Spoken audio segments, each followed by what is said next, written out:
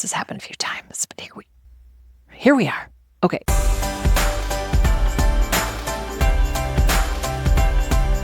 Welcome back, everybody, to the Speaking Story free audiobook highlighted here on the This Moved Me podcast, whether you're catching us over on a podcast feed of your choice or you found us on YouTube.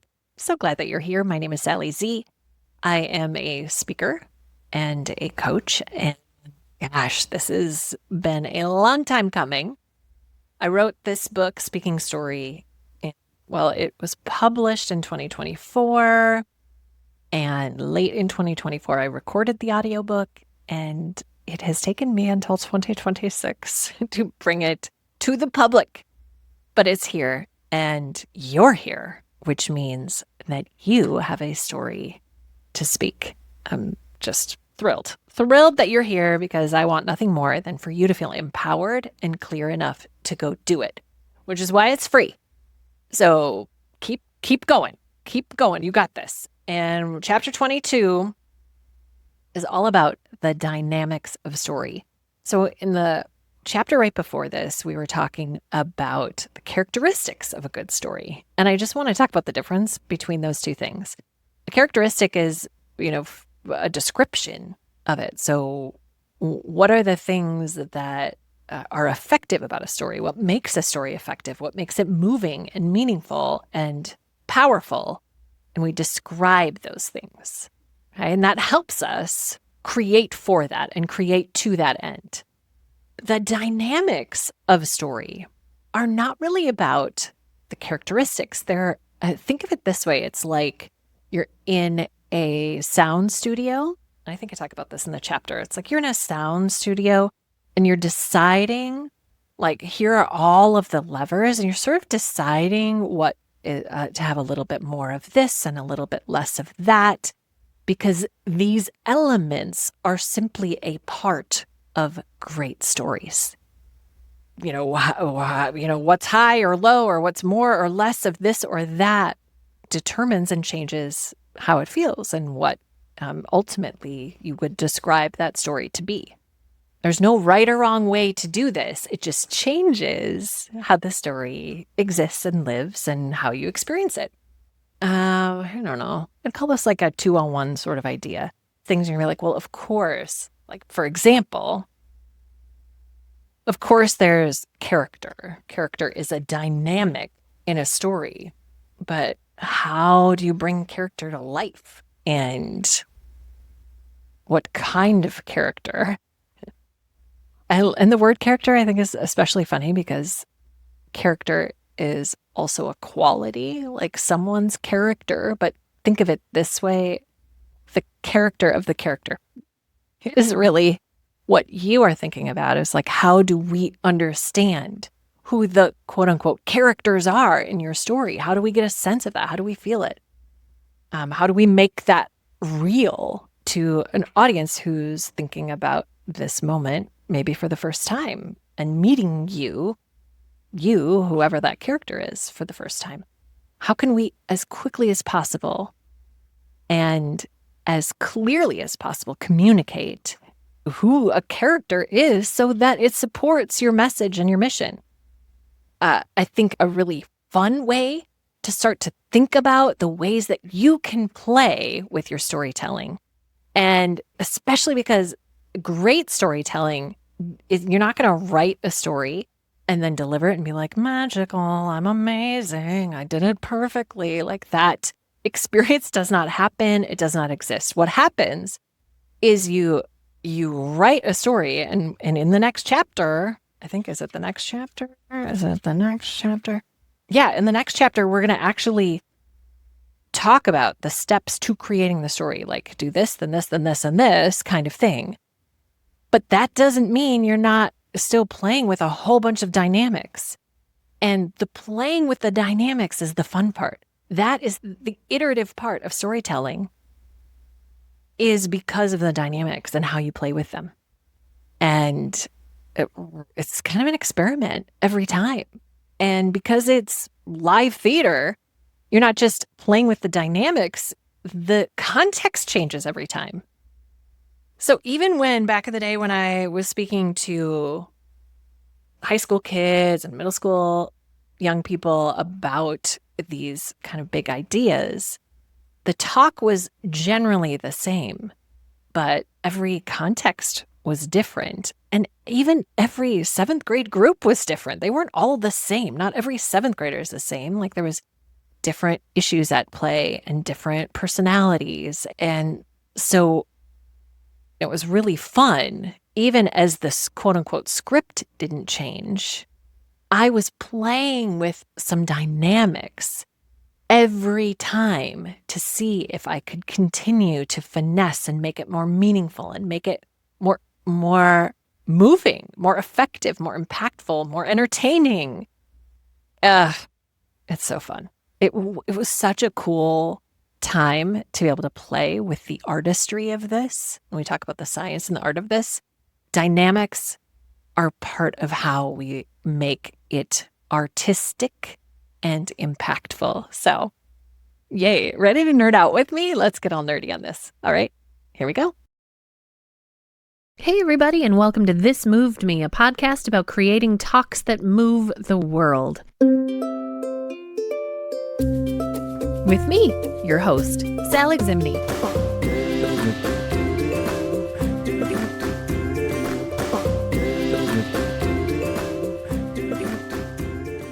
This complimentary listening of the Speaking Story audiobook is brought to you in part by the Be Moved Institute, or as I lovingly refer to it, Be Me.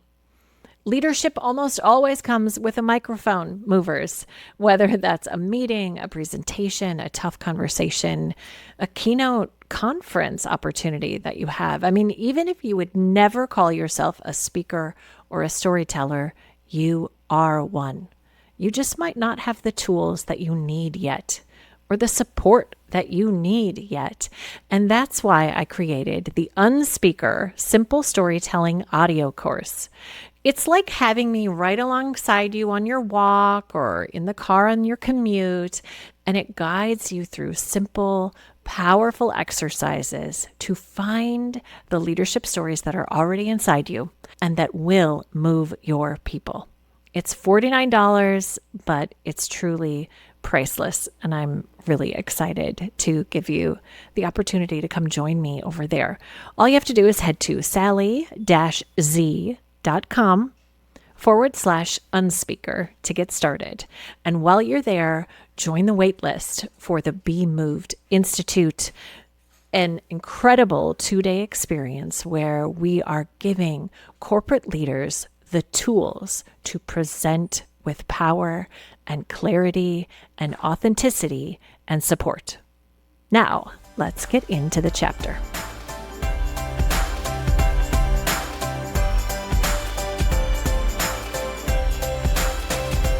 Chapter 22, The 3 Dynamics of Story. Your mind is already filled with drop-the-mic worthy stories. You just have to unlock them. Margot Lightman.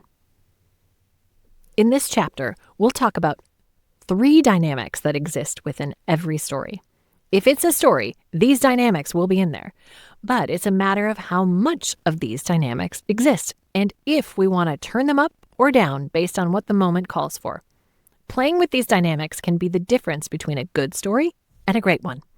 I'm envisioning that you and I are in a sound booth, much like the one I'm sitting in right now, producing a story for a specific moment. You're telling the story on the mic, and as co-producers, you and I are playing with whether we want to turn up the bass a little bit, bring in a little more reverb, or bump up the backup singers. We're playing with the dynamics. It's the same thing with your stories. There are key elements we can play with to help create a truly unique, powerful, emotive experience for your audience, based on the context and moment you're in. This is where you get to become the producer of your own story.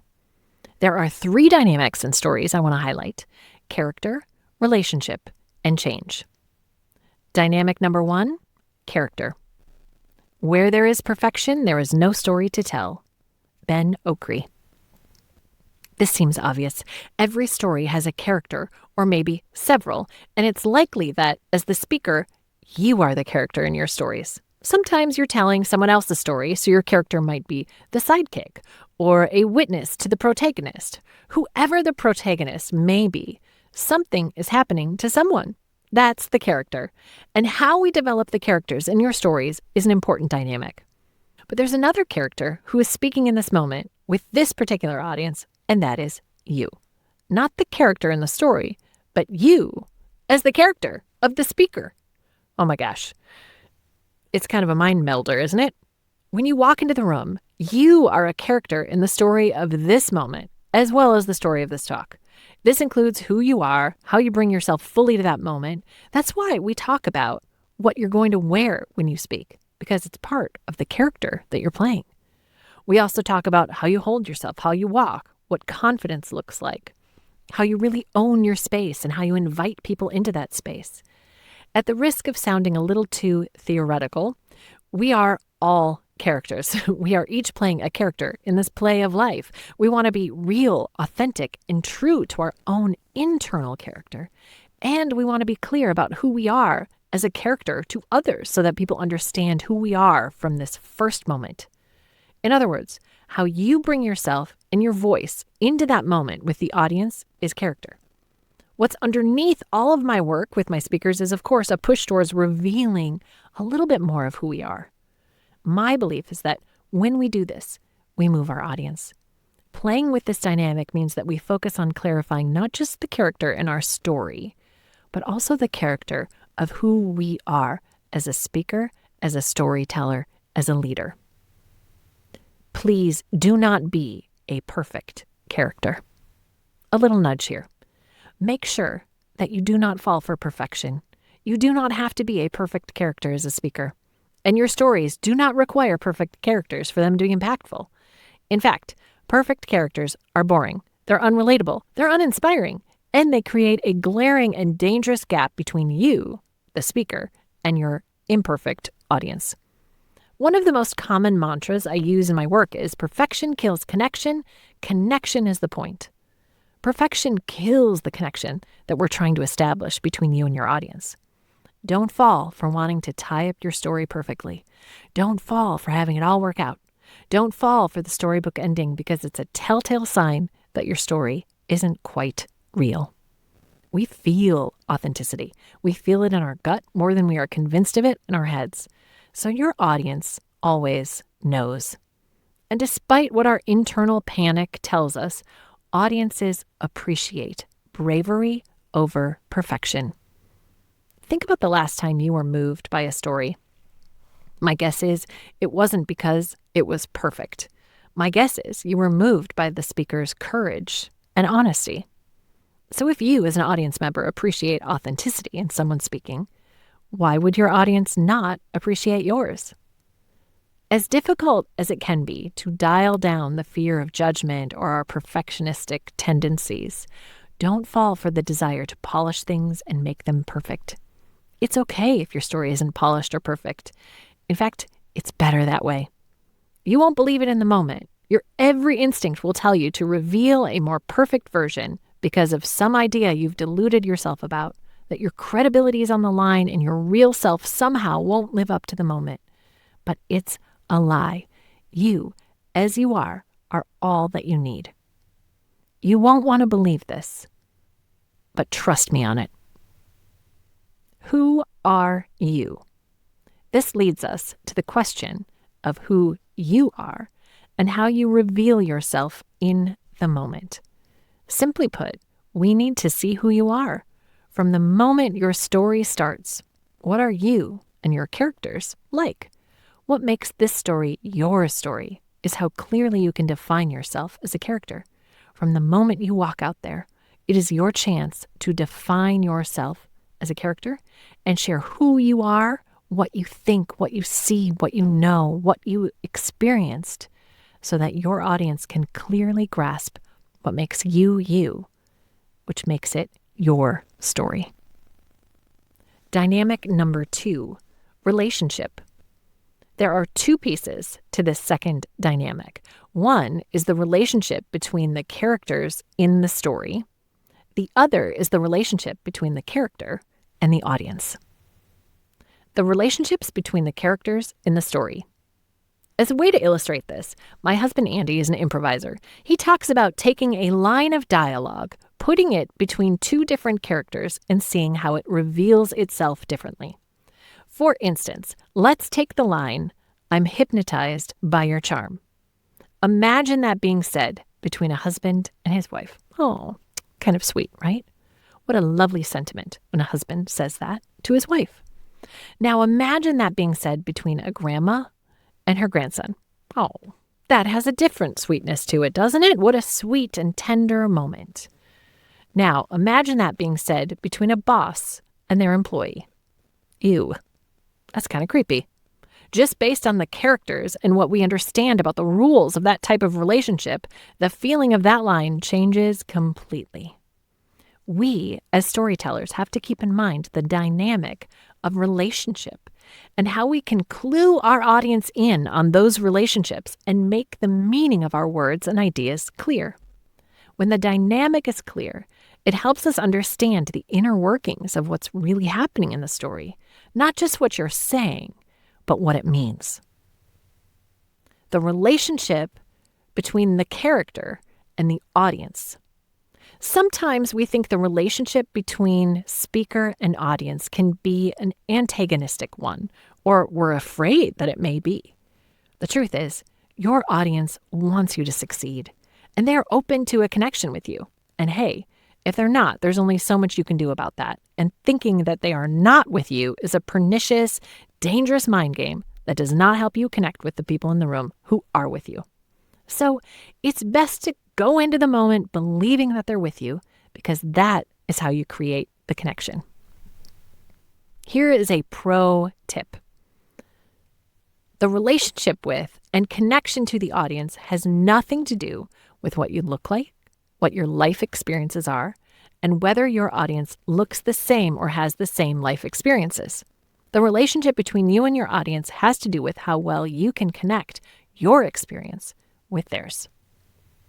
Here's one of the most important questions I ask my speakers before we begin preparing for a particular talk and building the stories that will connect them. What is the relationship you currently have with this particular audience? And where do you want that relationship to be? How well does the audience know you? What do they currently believe about you? What are their assumptions and misconceptions? What are the cynics in the back of the room thinking?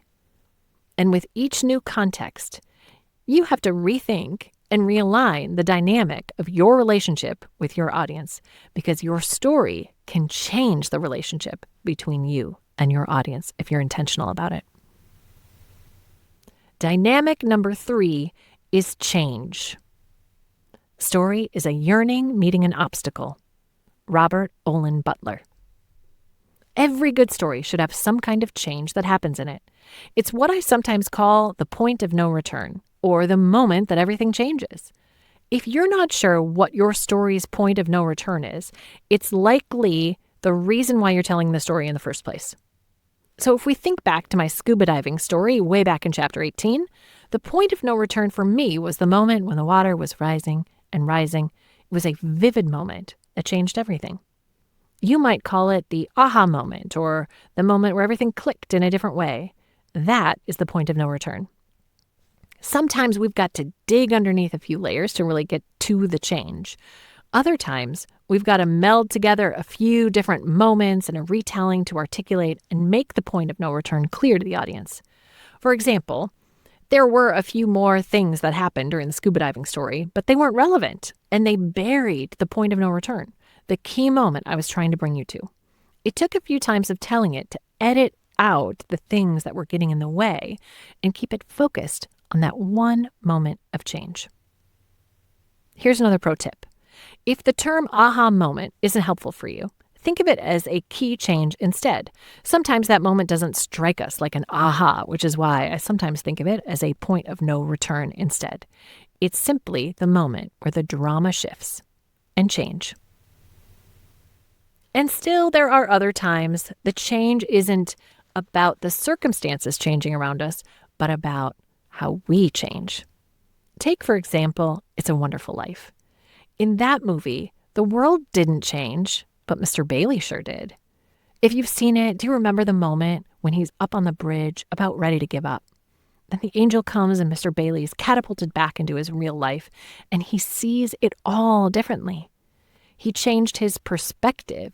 He changed because of the journey he had been on from the point of no return. There has to be some sort of change, but it doesn't have to be as dramatic as an angel saving you from jumping off a bridge. For any moment of change, it is simply something that happens that changes your perspective. And a perspective change can be absolutely life-changing. Without a perspective change, it's a report, an anecdote, or a summary. And who really cares about that? Not us. Story is ultimately about change. Something, aka the point of no return, happened. And that changed everything.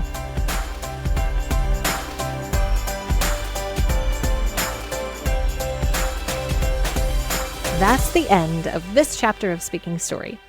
If you want to keep listening ad-free, you can find the full audiobook on Audible or subscribe wherever you get your podcasts or on YouTube. And if this chapter stirred something in you, if it, shall we say, moved you, let me suggest that you start with the Unspeaker Simple Storytelling Audio Mini Course at sally-z.com/unspeaker. All right, movers, this moved me. What is moving you? See you next time.